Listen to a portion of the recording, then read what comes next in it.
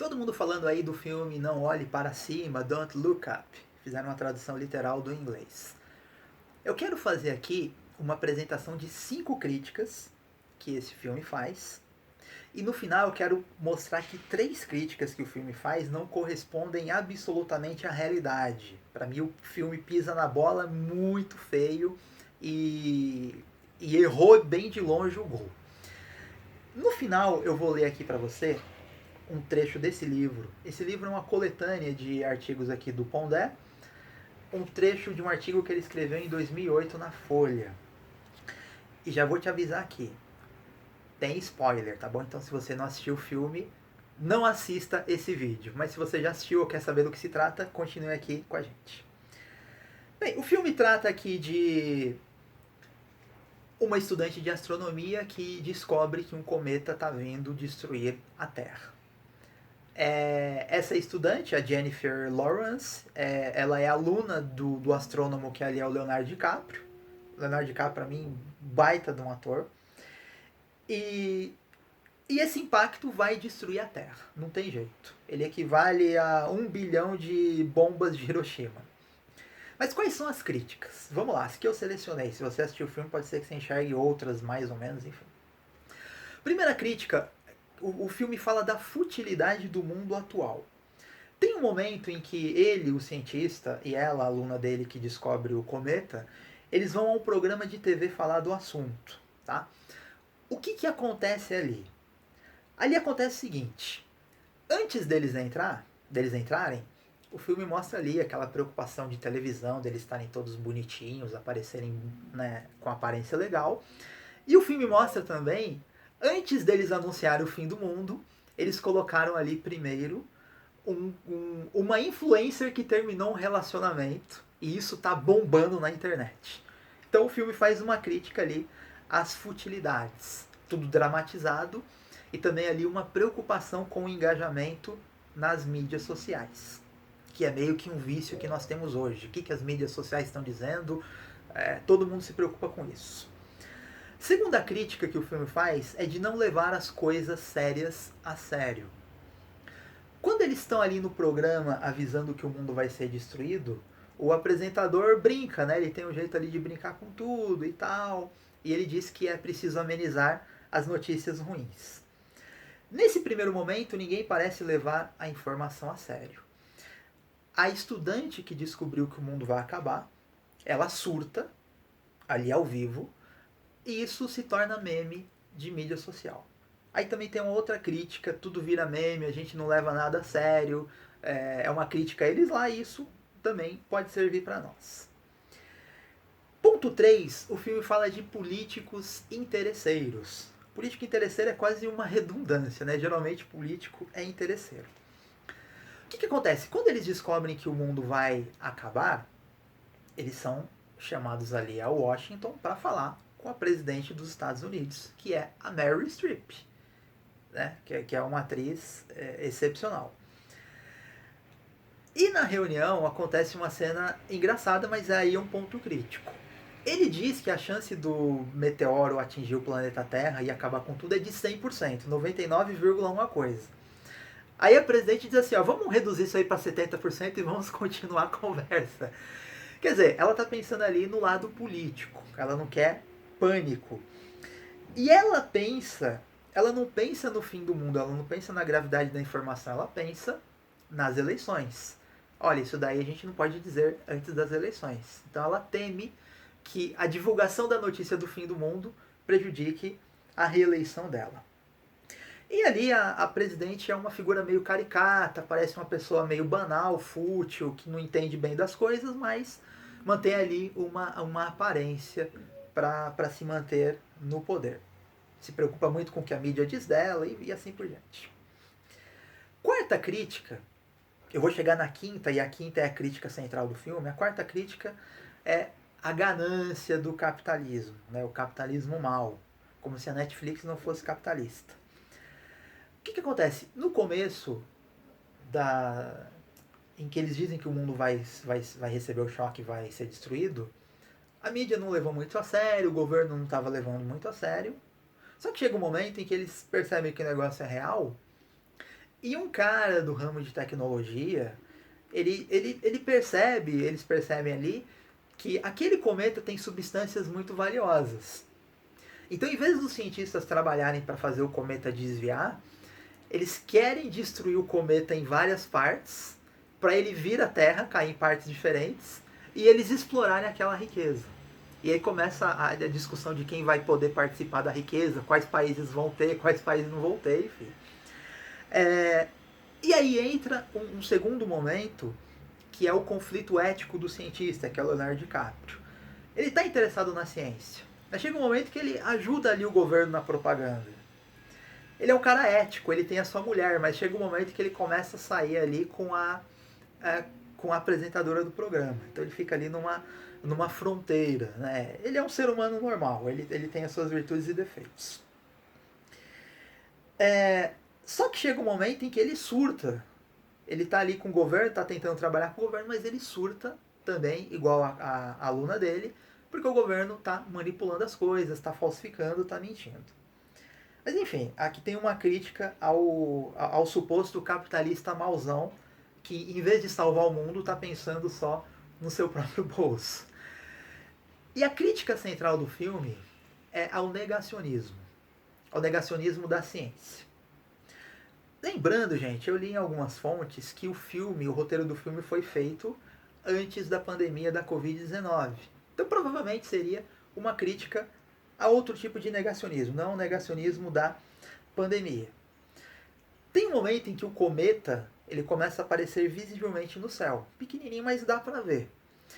E o cientista, o Leonardo DiCaprio, tem uma cena que ele para o carro na rua e ele começa a olhar para cima. As pessoas no começo começam a buzinar para ele sair da frente, mas todo mundo sai do carro e as pessoas começam a ver que o cometa está chegando. Aí se revoltam com o governo, quebram tudo, enfim. E aí que entra o nome do filme. Porque a campanha da presidente é não olhe para cima. Quer dizer, não fique olhando para a realidade, olhe aqui para aquilo que nós estamos dizendo para vocês. Então essa é a mensagem central do filme, uma mensagem contra a negação da ciência. E aí tem o final, não vou falar o final, depois você assista, se assistiu você já sabe. Mas aí que entram os problemas. Existem 3 falsificações para mim que são muito grosseiras. Porque embora o filme seja uma comédia, ele pretende ser uma crítica a certas formas de comportamento do governo, da mídia e das pessoas em geral. Primeira falsificação. O filme trata a mídia tentando minimizar o problema e não levar a sério. Eu não acompanho a mídia americana, mas a mídia em geral, a mídia nos países em geral, ela não busca minimizar os problemas, ela busca maximizar. Porque a imprensa, a mídia ganha audiência, entre outras coisas, explorando a tragédia. As tragédias são reais? São. Mas ela enfoca aquilo para trabalhar com o nosso medo. Porque pensa no seguinte, se você está dirigindo o teu carro, você está dirigindo, se tem um acidente ali, é tua reação automática olhar aquilo que está acontecendo. Então, por alguma razão, nós temos uma atração por aquilo que é ruim, por um problema, por uma desgraça, e a mídia explora isso muito bem. Então, essa é a primeira falsificação grosseira. Segunda, os capitalistas maus querem destruir o mundo ou não estão nem aí para nada. De certa forma, realmente, o capitalista não está pensando em salvar o mundo, porque ele não é herói, ele está pensando no negócio dele. Só que cada vez mais as ONGs que estão aí para salvar o mundo, ou supostamente salvar o mundo, elas têm cada vez mais espaço na mídia, nos governos e também nas empresas. O discurso de sustentabilidade, de tentar fazer uma coisa melhor, isso é cada vez mais realidade nas empresas.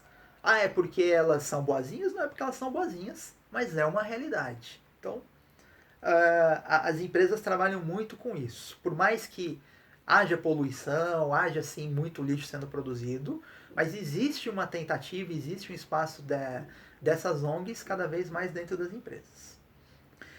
E a terceira, que para mim é a pior de todas, é o governo não quer que você olhe para a destruição do planeta, porque o mundo vai acabar ou supostamente vai ser destruído, porque ele está pensando na próxima eleição. Gente, isso é só uma camada superficial do poder, a próxima eleição ou as próximas eleições. O que os governos querem é ter cada vez mais poder, independentemente das próximas eleições. Eu vou te dar 2 exemplos muito simples. Primeiro deles, em 2001 aconteceram os atentados lá contra as Torres Gêmeas nos Estados Unidos, Nova York. O que aconteceu? Um aumento de poder absurdo do governo americano sobre os seus cidadãos. O atentado matou ali quase 3 mil pessoas, o medo da população aumentou, e o que isso gerou? Mais poder do governo para vigiar a vida das pessoas. E hoje essa vigilância acontece. E essa vigilância é aparentemente irreversível, pelo menos aí olhando para algumas décadas, tá? Ou seja, o governo negou o problema? Lógico que não negou, não tinha como negar. Tava ali. O cometa tá vindo. O cometa já chegou. O negócio aconteceu. O governo minimizou? Não. O governo fez uma guerra e o governo aumentou o seu próprio poder absurdamente sobre a vida dos cidadãos. E segundo, a pandemia, tá? Novamente, o roteiro foi escrito antes da pandemia, então aparentemente ele não tinha a intenção de tratar quem está negando a pandemia, mas quem está negando outros problemas. Só que vamos ver o seguinte. Pense, o poder dos governos diminuiu, está igual ou aumentou sobre as nossas vidas depois da pandemia da Covid-19? Novamente, nós estamos falando de ameaça real, que matou milhões de pessoas no mundo e continua matando, né? Nós temos aí um problema sério a nível mundial. Aí o governo vai trabalhar com a questão da Covid, vai tomar algumas medidas, e essas medidas vão se consolidar em um poder cada vez maior sobre as nossas vidas. Vamos olhar o que aconteceu no Brasil. Os governos fecharam tudo, né, sob o pretexto de proteger as nossas vidas. Os governos prenderam pessoas ilegalmente, sob o pretexto de proteger as nossas vidas. Os governos destruíram comércios e meios das pessoas se sustentarem, sob o pretexto de proteger as nossas vidas, né? Porque o lockdown não é exatamente uma medida consensual à luz da ciência, até mesmo porque dificilmente a ciência tem algum consenso. Mas eles fizeram isso em nome da ciência, em nome da saúde,